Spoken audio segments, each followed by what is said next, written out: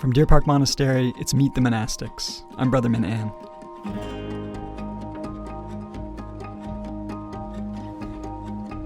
To join a community that maybe looks different, maybe don't see others like myself in it, let's say. Yeah, I mean, as one way to look at it, but look at it as also you're the one entering that. And you needn't be the last one either. Each week I talk to a different monk or nun about their journey to monastic life and what inspires them now. Today my conversation with Brother Minh Nhan, also known as Hermano Benevolencia, or Brother Kindness, or sometimes Brother Onion. His parents are Mexican immigrants to the U.S., and he's one of the only monastics in our tradition of Mexican descent. After growing up in Tucson, dropping out of the University of Arizona, and working for a time as an academic in advanced mathematics, he was ordained with me and Brother Minh Lung in 2018 here at Deer Park at the age of 24. Brother Minh Nhan was my roommate when I first arrived at the monastery as a lay friend in 2017, and we've been living alongside each other making music and bad puns ever since. For about 2 years, we were the shoppers together for the brothers at Deer Park, so we spent a lot of time in the car on the way to and from grocery stores discussing meditation, music, and, well, just about everything, to be honest. Brother Minh Nhan has many interests and talents. He's a skilled musician specializing in percussion. He's also well-versed in mushrooms and bicycles. One note for our listeners, this episode does include a brief discussion of suicidality and drug use. Okay, here's the interview, beginning with his introduction to spirituality. That was Siddhartha Hermann Hesse, a German author. I remember because I would need to be picked up from high school from my parents, and I just went to the Goodwill, which was right next to the high school. And I found all these books in the spirituality section, which for some reason I was looking at as well. All this Catholic book, all this Christian book, it's Goodwill after all. Occasional Mormon book. And then this Siddhartha thing is like a little pamphlet. This thin little book. I put it back. I was like, wait a minute, what is this? And I saw the cover. It's a statue of a Buddha. It's a side profile, you know. And then, okay. And the back was the Kalama Sutta, which was what really sold it for me. And I'm buying this book. I sat down, I read the whole thing. For our listeners, can you tell us what the Kalama Sutra is? The way I've come to understand it is, in a sentence, it's this charter on free inquiry in Buddhism. It talks about a group of folks in the Buddhist time that were pretty bemused about what to believe in. There's many people coming through the town saying, I found the way, I found the practice, I know what's real and true. And it's not what these other guys at that time are thinking or believing. And so, of course, the Kalama people are confused. Well, who do we believe and who do we trust? And here's now this enlightened guy, this is the Buddha, talking about a new way and a new path. And, well, we just don't know what to believe. And in a nutshell, in a very, very big nutshell, the Buddha ends up explaining that you should follow something in accordance with your own experience, something that if put into practice, you see it is beneficial to your well-being, to the well-being of the society at the time, that for you, yourself, you see, it leads to good fruit.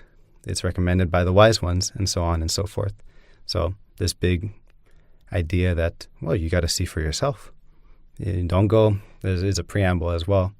Don't go based on what you've heard, what your parents have told you, not even what I'm telling you at this moment, unless it's in accord with your own understanding, your own experience, unless you've tried it for yourself. And again, that's loosely paraphrased, but that was the gist of what that section of the sutta was in the back of the book. That's all that was in the back. There wasn't any other information about what the book was about. Uh-huh. And even that's not a great translation, but I'm in high school.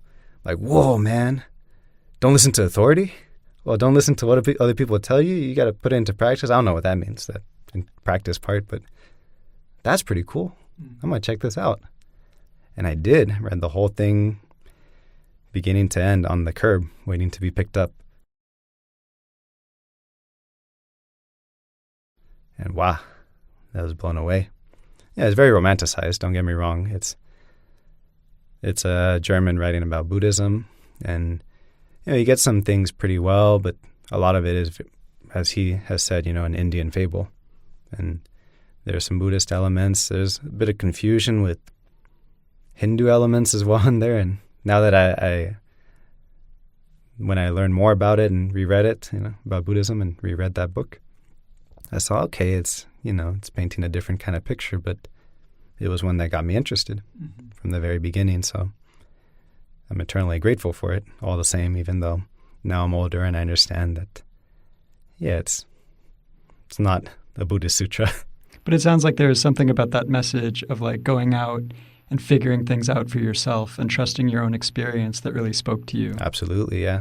That's something that at that time I didn't even believe that a major religion or way of approaching and being with the world, I didn't think that was even a possibility. I thought, okay, you have to believe in some kind of authority just because he's some kind of authority.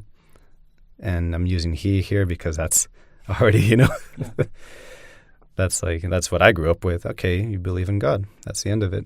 And he is this and he is that. Okay. But even then it didn't jive with me that well, that kind of approach. And so anyway, contrast that with this very bold invitation to explore something for yourself, which is, I think safe to say that's what the historical Buddha did. He had teachers as well. He learned from teachers as well. And he still had to explore things and really get to the heart of it all in his own way and open a path that hopes to be able to provide our means for us to do the same.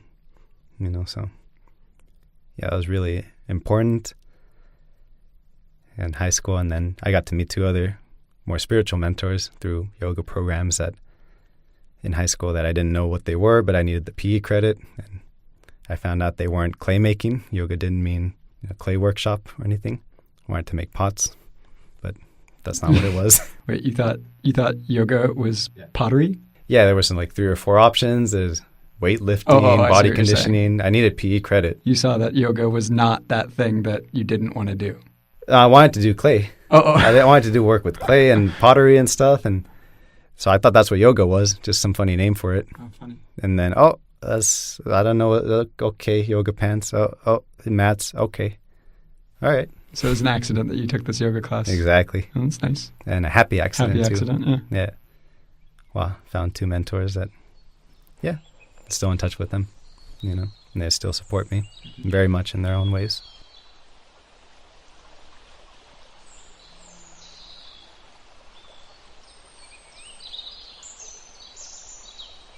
And so this was the beginning of your spiritual journey in high school with Siddhartha and the Sutra and then some yoga. And then, but you were doing other things. You were also, how was academics for you in general? High school was a breeze. Yeah. Well, high school was a breeze, I didn't have to think much about it. And that didn't take up any real headspace. And you were still playing. You were well. also in the steel drum band, huh?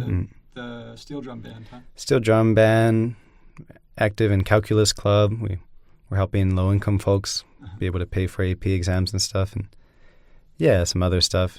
Principals Advisory Council, Superintendent's Advisory Council, all these things, extracurriculars, but mainly having a good time in high school. I remember. There's some really happy memories. Was there an interest at that point in making your whole life spiritual practice, like a monastic life or anything like that? That wasn't on the radar. When I read Siddhartha, I think one big thought that I still remember to this day was, one of these days I need to go and see that people can live like this and practice like this. I didn't know that was a thing in the world. There's a chapter on the samanas, the wanderers, wandering ascetics, and I thought, whoa, that can't be possible nowadays, right? But somehow I think I found out in high school, there's actually groups of folks who do exactly that. They dedicate their life to these more ascetic things and arrive at some kind of understanding. And that's kind of hopefully part of their plan. But I knew at that point, reading about the samanas and reading about the sanghas presented in Siddhartha, I knew one of these days I want to, and I will, go see what a community like this lives like, how they operate, how they practice, before I knew that P word, you know. And so I knew then, I made that vow, no, one day I need to see this for myself, you know, because, wow, I couldn't imagine then that that's a possibility, that people can dedicate their life to this, in whatever shape that takes, you know. But wow. And then I put it away. And then that was a strong seed, and yeah, for sure I revisited it, you know. So what did the putting it away look like? I put that away, and without knowing it, found, again, like with the yoga, I found out, it's kind of like I was being steered in a direction, and I found, my two yoga mentors, Linda and Kate, and also some other practices through Tergar meditation communities and through more yin / I forget what meditation she does now, but it was a joint yoga and meditation kind of weekly class. And I just found a lot of peace, and I just looked forward to these things so much in high school. And little things like that kept opening up. And I remember at some point, maybe sophomore or junior year, I was wearing a mala and everything. It helped that there was this, essentially a bong shop near the high school that had all this hippie vibe to it, the hippie gypsy. And that was a cool thing to do, to go there, and you're in high school and you're like, oh, you're going to go in the bong section? Yeah, I'm going to go in the bong section. But for me, I hung out in the front of the store where they have all this incense and tie-dye and basically good vibes, man, stuff. And so I had this kind of idea of looking spiritual, at least. So I knew like things were kind of coming together, but not fully baked yet, you know, if that makes sense. And so, I know things were being watered. I can say that much in high school, you know, and we're continued to be nurtured. I have a lot of good friends to thank for that. So then you went to college, though. Can you tell us a little bit about where you went and what you were studying? I went to the University of Arizona right after high school, and that was fun. I didn't think I could afford college, and so it was a week before applications were due for the universities, and in my mind I was already clear with myself, no, there ain't no way I'm going to college. That's expensive. It's not for me. Until my college career readiness something counselor or whatever, she happened to pull me in, and she's like, you can get into college. You can get into the nearby university, free ride, if you wanted to, which is based on merit, you know, based on performance in school. And I was like, really? Okay. And that's about all the thinking that went into going to college. So I don't know what to do after this. I guess college. So naturally I'm in the College of Letters and blah, blah, blah, the undecided college. And I didn't know what was going on. I just knew it was a free ride, and everything's interesting. It's a bigger world. So after a semester or two in the undecided college, I went to math because I just always had a proficiency in it, and I enjoy it. I enjoy doing these little problems for myself beyond whatever teachers gave me and like applying it to the next thing. But I figured I don't know how that's going to help me later on or what's going to happen, but I like it and I'm going to study it. It was really all that went into that, you know. And so, I studied math for a bit with computer science minor. They go hand in hand, so.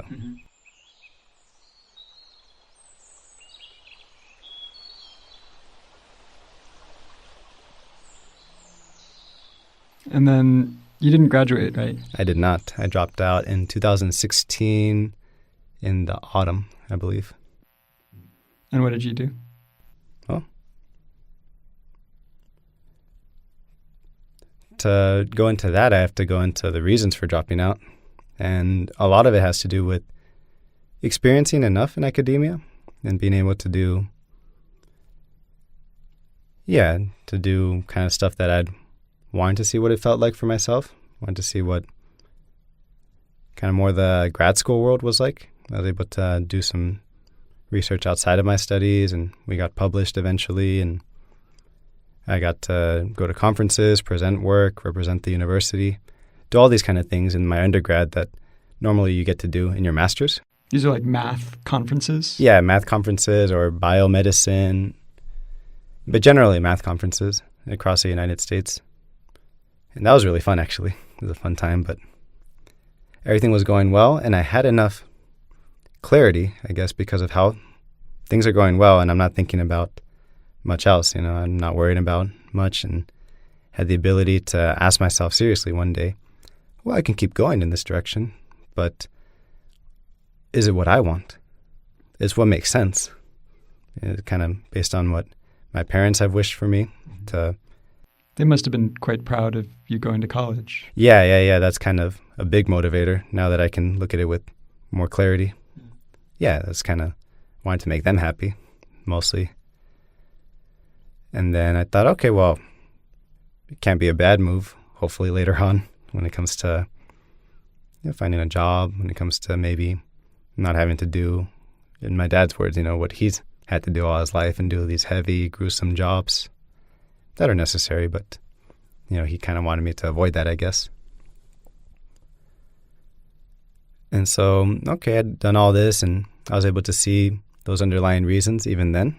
It's not really, for me, I'm doing this, but I got to sit down and be like, well, how about me? What do I want? You got to really ask that. That question's always been there, but really, okay, I could keep going this direction. There's comfort there. There's familiarity there. I could see myself in my PIs, those who helped me with my research, my investigations, my manuscript preparation. I could see myself as these well-published dudes in an office full of papers. I could see that reality for me. But to even get to that point, I really needed to rely heavily on community and on practice. I mean that both in the spiritual sense, on spiritual friends, and a practice that I'd cultivated since high school, and which consisted mostly of sitting, and that as a minimum, and then involved meeting with sanghas, meeting with friends, walking meditation, then doing other activities with community interfaith groups and stuff. So these practices allowed me to get so much from them so that I could kind of, keep a easy and level head in college when I was getting myself into all these crazy things. And I really needed to rely on these practices. And so put those two together, realizing the value of practice and realizing that this is kind of not the reality I want for myself. Continuing in academia, for example, maybe as a research mathematician or going the route of professorship. Mm-hmm. It's not exactly what I want to explore. Really, more what I want to do is put practice at the forefront, put study in the spiritual sense at the forefront. And what better time to do it than in my 20s? This is something I want to fill myself with while I'm young and supposedly as fresh as I'll be. That to me has way more utility than just getting a degree. I could get that later. I had enough friends who say it's harder in your 30s, yes, in the math department. It's harder in your 30s and maybe later, but certainly, attainable. So I figured, no, it's for me more important. It's actually this thing that I found so much joy and peace through touching and exploring. And then that seed that I mentioned earlier about exploring that kind of community I'd read about in Siddhartha, that actually came all at once. Just one day, like, oh, that's a possibility. It had the form of going to India or Japan, I remember distinctly. And as I talked to my spiritual friends about that idea and all, and I remember that very much. As I talked to them about that, they, along with me, we eventually realized a pragmatic side of just, you don't need to do that if you want to really explore practice. I'm going to throw a cultural barrier on me. I'm going to throw a language barrier on me, when what I really want to do is go deeper. So, the India, the Japan thing, that's kind of, superfluous, right? Mm. And at some point, okay, Uncle Google was, knocked on his door, and he said, there's this Plum Village Center. This is right there in California. And I was like, well, really? Let's go there. And the rest is history, I came really open-handed. I'd seen the monastic program, and mostly I was interested in the angle of being able to live longer term. I think the year internship was really interesting to me at that time, which I'm not sure if it was even offered at that time either. It was just like the outdated website or something. But anyway, that prospect was more interesting, living in a community longer term, And I'd just known about Suom through teachers, through my mentors, and through a couple of talks I'd seen of him, and one interview with Oprah Winfrey that blew me away when I got to find out about him. Like, wow, his content is good, but just his being, just his way of interacting in something like an Oprah interview, where just his way of carrying himself was something different. It was something, that I really found a lot of. I was intrigued, and I thought, here's somebody who seems like he's onto something, just in his bearing. So, it was pretty natural to check out a Plum Village Center as my first center, and I wasn't sure if it would be my only center or I'd explore other things, but I felt at home here, and I still do.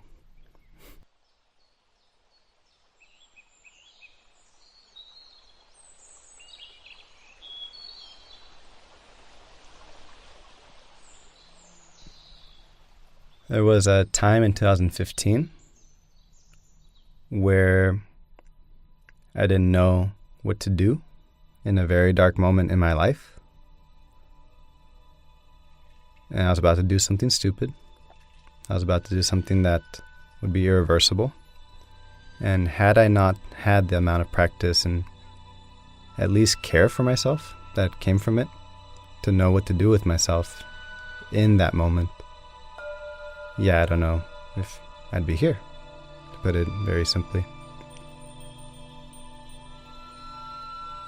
I knew I needed to reach out and talk to people.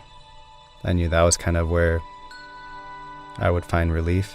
I kind of knew that I can get stuck in my head, and that goes nowhere fast, especially in such a dark time. And I needed to reach out. As much as I really squirmed and didn't like that idea, I knew that was what I needed to do at that moment. And I mentioned this many times, but I have the practice that I had, small or great, whatever. I have that practice to thank for really making it clear, oh no, I'm in trouble right now, and I need help. And I reached out. Some dear friends were really generous with their time, calling and checking, and if I were there, I would take you, we'd hang out right now, we'd go to the hospital even. Anyway, it was all very heartwarming and touching. And next day I was in Reno at the time, so away from home, but I went to that hosting college's health center, let's say. And went to see a professional, talk about, hey, maybe I have depression, but omit the self-destructive bit, because I didn't want to get the program that was hosting me there in trouble, something like that. So, cool. That sounds like something I would do. And then the long of it short is, that was the point where I realized, wow, the practice actually, if I didn't have that, wow. So that's where I saw the import of developing this, and not having insurance or anything when, the going gets rough, but just for something to be there and to open up so naturally. And the clarity was just so surreal. I know what I need to do right now to try to get myself out of this dark spot, And knowing friends who have taken their lives, and knowing that reality for many folks in my demographic at that time, their college years. I can't say that that's the same outcome for everyone. And so for me, that's just the value of having that. It speaks for itself, I think, suffice to say. And so that was a seminal moment where I realized, no, there's something much more greater than just a diploma or just a standard cookie-cutter career and house and car, whatever. There's something of utility there that, is ineffable and that I really want to explore seriously. And so that was still very fresh and raw. Now, I dropped out 2016, and that kind of idea was still looming. Like, no, this is big. If people my age can get into this, or anyone really, but especially people my age in the America of 2016, and still today. Well, that's big. So, that was more fresh. It wasn't after I dropped out that I touched up on any heavy suffering or anything, but I remember that moment, 2015, very well. Wow.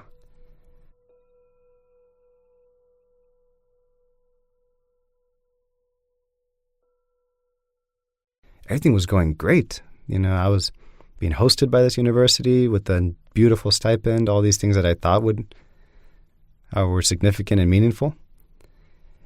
And at some point I got to sit down and realize, well, I remember what I brushed up against is this gnawing sense that, well, it's great what I'm doing, sure.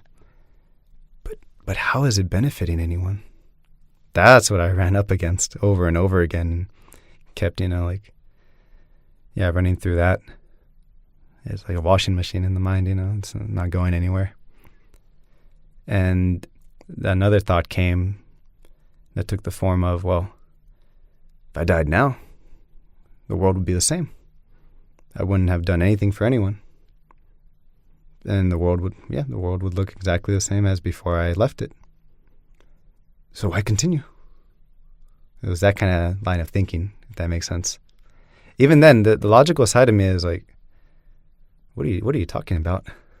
That none of that, if I look at it and I analyze it, under a microscope, as it were, it doesn't really hold weight, it doesn't make sense. And at the same time, the more feeling side of me was like, but I still feel this. No matter what this other side of me, whatever, is yapping on about it, bro, get real, Like, no, but this is what I feel too, all the same. I feel like, well, why continue? And if it's going to be, it's fun program, but if it's going to be all this publishing and all this, running around and accumulating knowledge, and the crucial point is not doing anything with it, not benefiting others with it, then that to me is not really worth doing. It's not worth the exertion.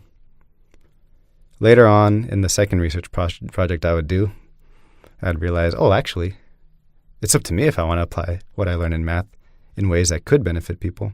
That's what the second project we did took the form of, benefiting, some cancer patients, to keep it very simple, benefiting cancer patients and being able to come up with statistical models to see who needs care first, to figure out an ordinal categorical data, statistic to fit those kind of folk.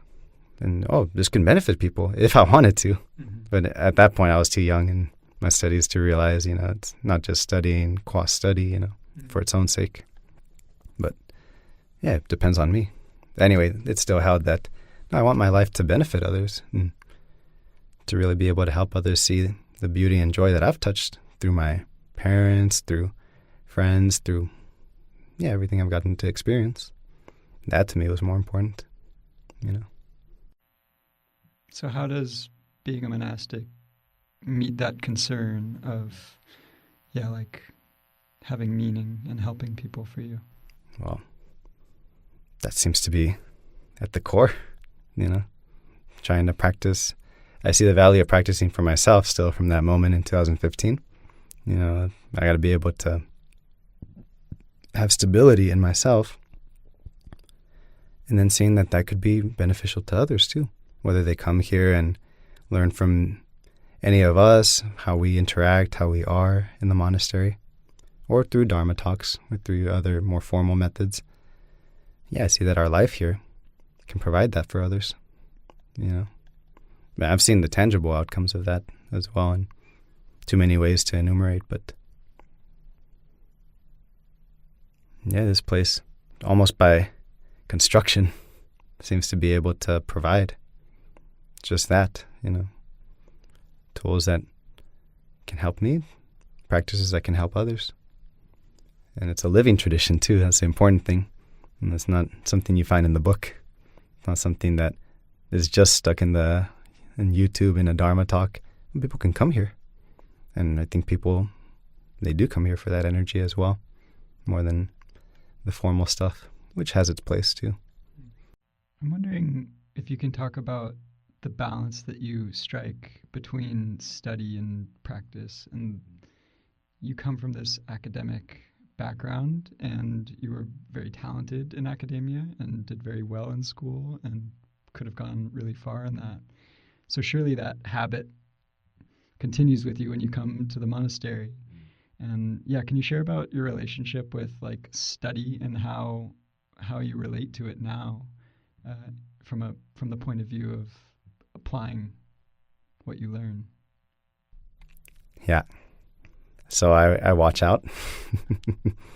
That's the simple answer. I'm careful. Somewhere I heard 1 hour study, 7 hours practice.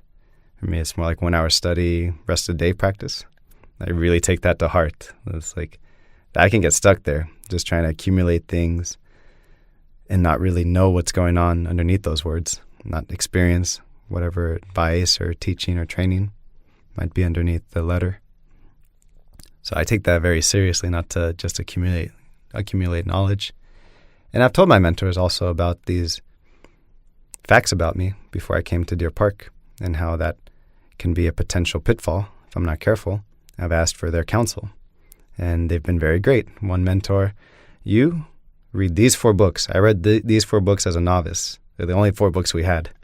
You just cycle through them all your years as a novice. And stepping into freedom as well, which this mentor didn't have. And I did that. I did exactly that. You do 1 page a day. You got it? I said, okay. 1 page a day. I sit down. I relate with that page. I underline. I highlight. Oh, I saw this, or this makes me think that, Really have a relationship with it. And then put it down. And that to me is really good medicine. I think I found out to really, let that soak in. The Miracle of Mindfulness, the Satipatthana book, the Gatha book, and Stepping into Freedom, as well as the Walking Meditation Manual. The titles I can mention, but anyway, those were my 5 building block books as a novice, and I was happy to hear that. That's great. That sounds like what I need. I don't need to dip more into, just accumulating information. That's my comfort zone. But really getting my hands dirty, that's the frontier for me. And other pieces of advice as well that I received. Something else that is an aspect of your practice that we haven't touched much on. We talked a little bit about your experience with the steel drum, but can you also talk about play? Because you're one of the most fun monks I know. I'm a little bit biased because we ordained together. But you're a skilled musician, percussionist, and pianist. You're also a cycling enthusiast, a mushroom enthusiast, and you play, And I'm wondering, if you can talk about your practice of play and what role it plays in your practice. I think hand in hand with letting go of this information gathering side of studying. I think if I really just focus on play and really make it a point to play, I think I can let go of any rigidity if I might be building some in the other areas. And it tends to be wholesome for me. And I don't think that, I don't really think much about, how am I going to involve play in this? It's just something that I see, I could use more of that a little bit. It's kind of one of those things like maybe B12. Like, I could probably take some B12. I haven't done that in a while. And it doesn't come from, I notice it when it's not there, I think is what I'm trying to get at. And really, I think a lot of my mentors and elder brothers, they see that in certain things, I can really just have fun and I can really enjoy this or that. And that's pretty good medicine for me as I try to let go of this more cogitation side, this more abstracting that I can fall into, and just enjoy the volleyball, enjoy the e-bikes now, or enjoy the hammock. That's a tough one. That's a tough one that I had as a formative training. First mentor-mentee. Yeah, that was my first mentor-mentee. Mentor said, you just number one, get on a hammock, which was new for me. Never done that before. And number two, enjoy it. That I couldn't do consistently, and I still struggle sometimes. But they made it a point to develop that play further. That rest or play.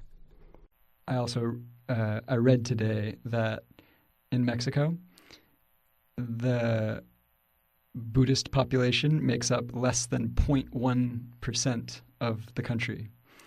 And I'm often reminding you, and other brothers too, are talking about what a trailblazer we think you are as someone with Mexican ancestry. And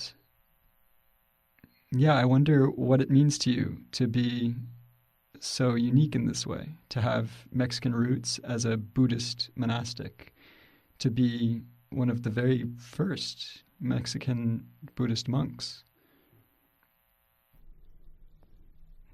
Oh, I have to say I'm thankful for my brothers for reminding me about that, because I tend to not think about it in those terms. And then, they're right. That's probably a big thing.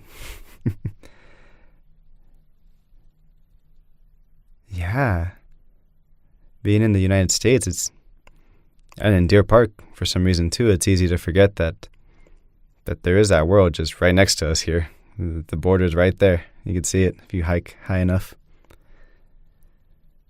And it's something that I feel that it will have more of its time and its life to really come out of me and to really approach it from that point of view. I feel like as I get older in the Dharma, maybe I'll be able to look at it in that way, in other words. But for the time being, I just continue to focus on building myself as a basic practitioner and really keeping that simple, and also keeping in mind that, I have to one time look at, could this get into Mexico somehow? Could this get into my family first? Let's start there, and what would that look like? I know I have an altar in our Mexican-American home, and there's a Buddha statue on it. I know that's kind of, I don't know anyone else of my friends who could say the same, maybe one or two.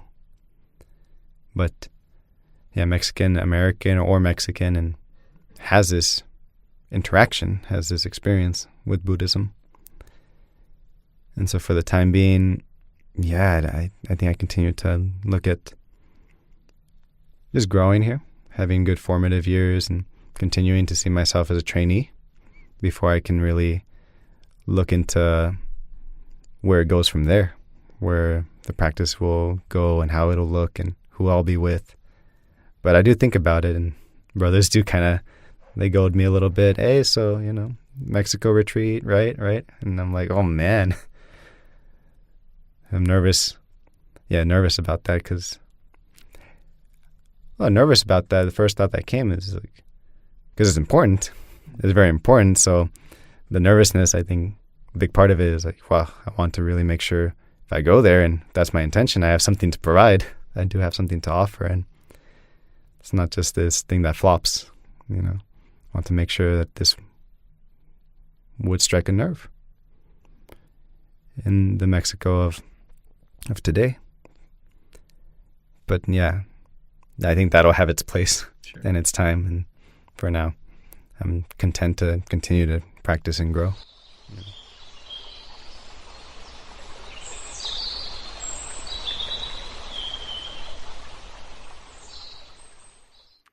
What advice do you have for people interested in monastic life, particularly people who maybe, look different to the way that a community that they're interested in might look?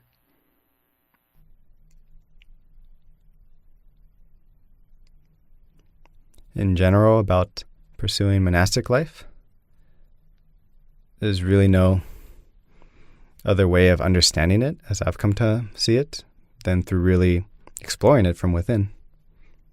It's easy to read about it. It's easy to hear others' stories. But if that chance is available, I think it's well worth exploring. And it's really important also to see the connection to a particular group, a Sangha community, and make sure that feels energetically good. It feels like a match. But if that's taken care of, I think it's beneficial beyond words, time and time again, from what I've seen. And so I recommend exploring it if the person has a chance, to really, explore that, whether that's being a long-term or just living in a monastery or temple, ashram, I don't know what people are interested in. But I think that's something that, for me personally, it is very valuable. I think it's worth exploring if that chance presents itself. And to join a community that maybe looks different, maybe don't see others like myself in it, let's say. As one way to look at it, but look at it as also you're the one entering that. And you needn't be the last one either if you open that door. That's the way I kind of look at it for me. I'm the only Mexican, and sometimes that, very, very seldom, but sometimes I think about it that way, and it'd be nice to, relate with others who are so easy to relate to, like the landscapers who come here or the food delivery guys. I was like, oh, wow, we're talking the same language here in more than just the technical sense, But then I realized, I am the only Mexican here, and that seems inviting for someone else. If they're also on that cusp, they're like, oh, yeah, but I don't see myself there in that group. Well, our Sangha, very happily, very luckily, is international and continues to expand in all kinds of ways. And so I think that helps me not really become too concerned about how it's going to look. For me, if I look somewhere else or close my eyes and think about the Sangha, there's not one nationality or one group that really comes to mind in this mental image of a Plum Village group sitting together,